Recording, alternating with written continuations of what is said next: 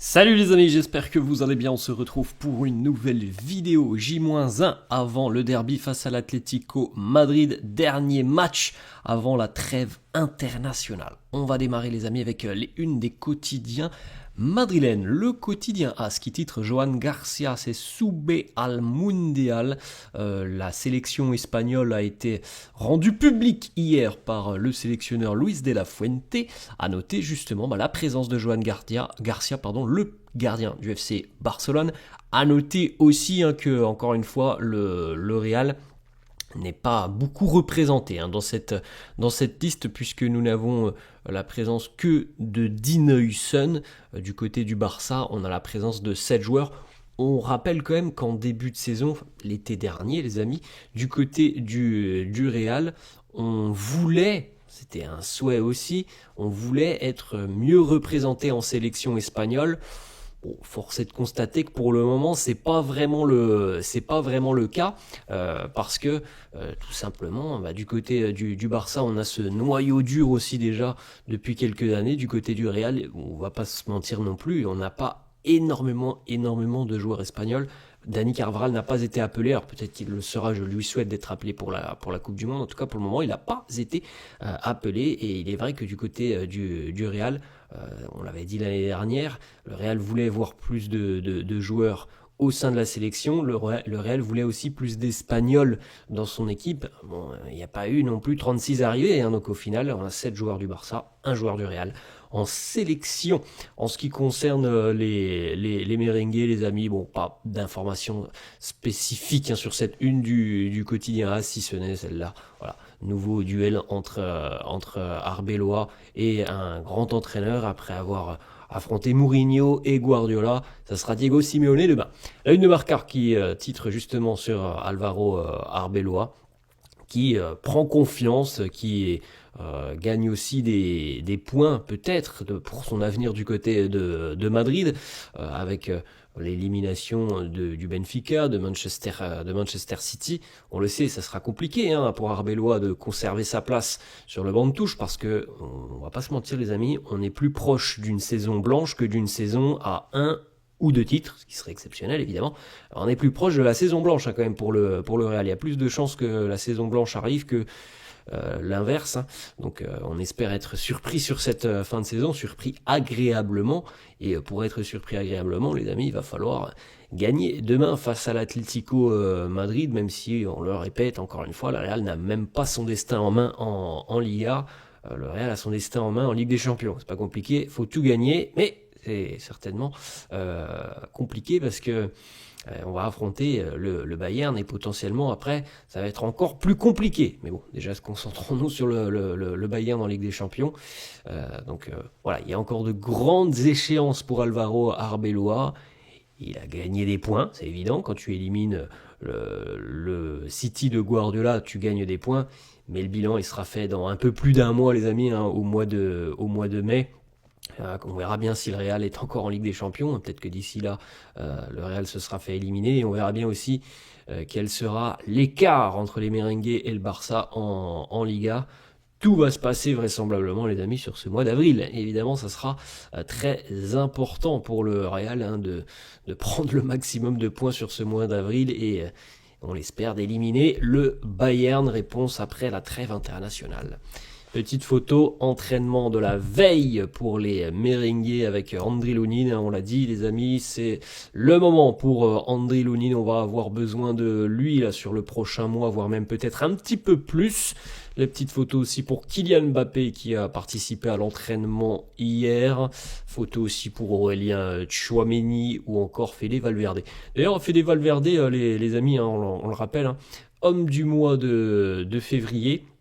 Il succède à Kylian Mbappé août et septembre, Arda Güler au mois d'octobre, Kylian Mbappé de retour au mois de novembre, ensuite c'était Thibaut en décembre, Thibaut Courtois évidemment, et au mois de janvier c'était Kylian Mbappé toujours, 4 trophées d'homme du match pour Kylian Mbappé, d'homme du match, d'homme du mois depuis le début de saison. On a une déclaration, une double déclaration même d'une légende merengue, Guti, qui nous parle de Fede Valverde. Il nous dit: lorsque Fede est arrivé au Real Madrid, notamment au sein de l'académie, je l'ai pris un petit peu sous mon aile lors de la première année, puisqu'il était timide, il avait du mal à s'incorporer et il n'était pas forcément à 100%. Je lui ai toujours dit, tu as tellement à offrir parce que tu es un talent exceptionnel et maintenant, voilà, maintenant, je pense que depuis quelques années quand même, on voit le talent incroyable de Fede Valverde. Il est vital, il est important.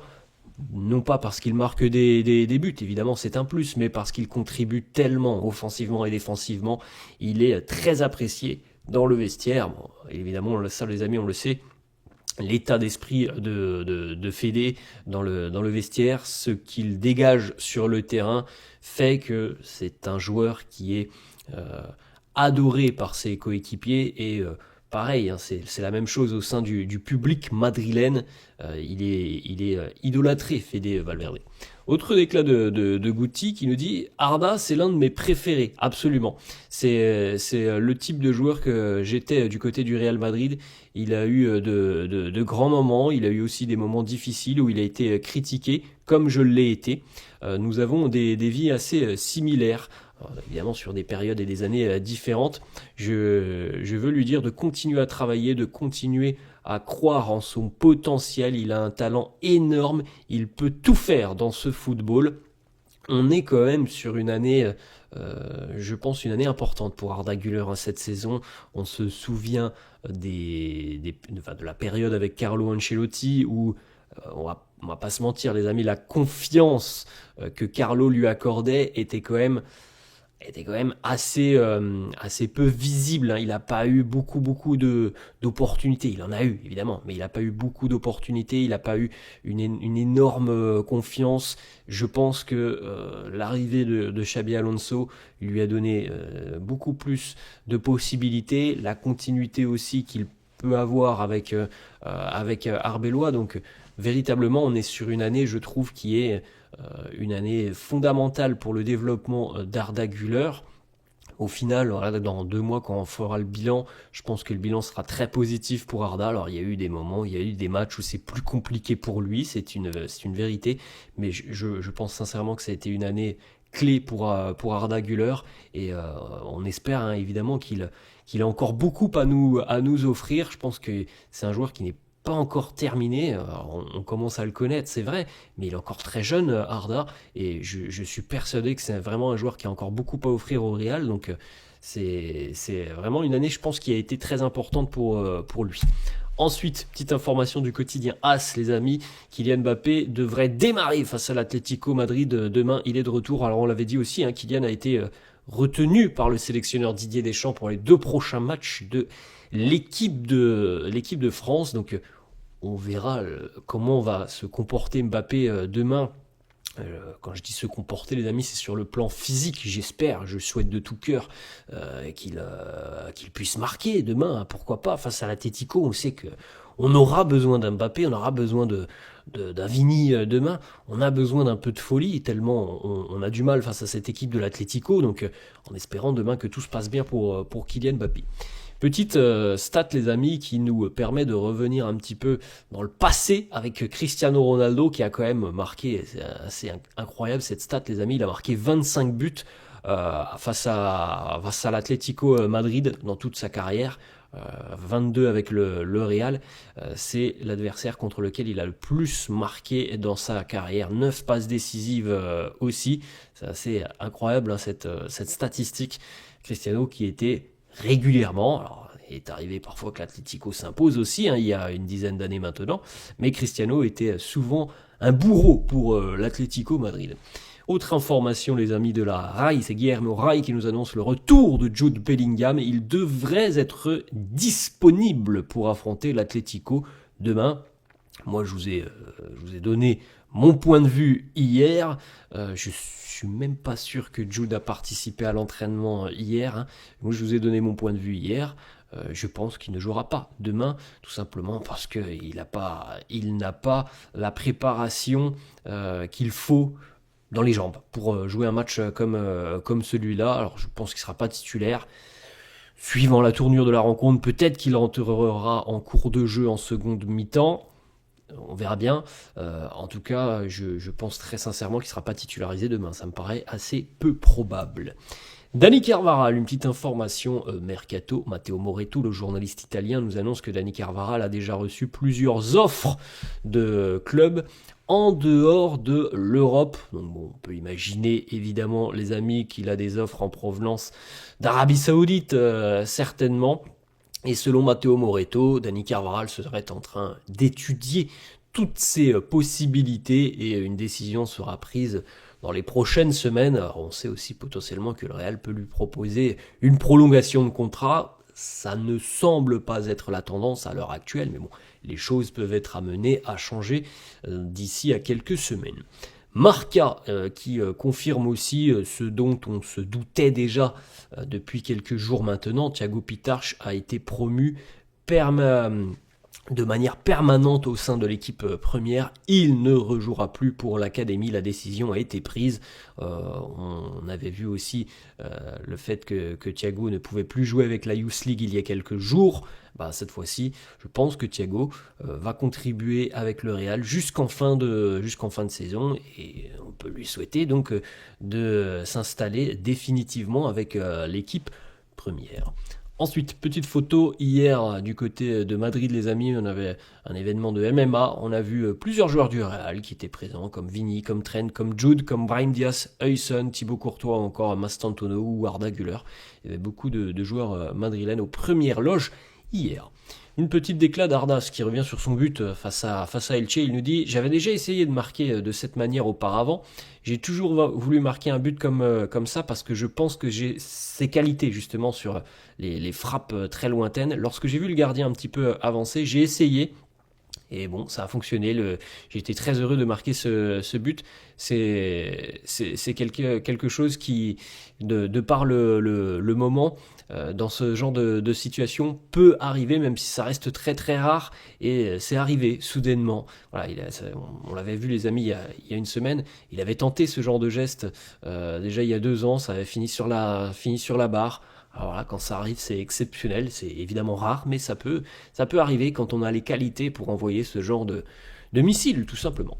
Petite photo, les amis, Rodrigo qui revient sur les réseaux sociaux. The beginning of my new life, le début de ma nouvelle vie. Alors vous voyez, cet énorme attel pour Rodrigo, victime d'une rupture des ligaments croisés. Et on peut regarder aussi cette cicatrice impressionnante après donc avoir subi son opération. On souhaite encore une fois plein de bonnes choses dans sa rééducation à Rodrigo et on espère le revoir peut-être en fin de saison, fin d'année les amis, fin d'année 2026. Une petite stat assez intéressante les amis sur les records de vitesse cette saison entre joueurs du Real et de l'Atlético à 24 heures du derby. Alors ça peut paraître surprenant mais c'est Raúl Asensio qui détient le record de vitesse cette saison en Liga, flashé à 35,42 km/h. Raúl Asensio devant Kylian Mbappé. C'est quand même assez impressionnant cette stat. Asensio devant Mbappé, Giuliano Simeone en 3e position, Vini 4e, Marcos Llorente, Fede Valverde. Le top 6. Une petite information pour terminer cette vidéo les amis. Alors ça ce sont les pourcentage accordé à chaque équipe encore qualifiée en Ligue des Champions. Le Bayern est favori, comme quoi les amis, on affronte véritablement l'épouvantail de la compétition cette année. Le Bayern favori pour aller remporter la Ligue des Champions avec 20%.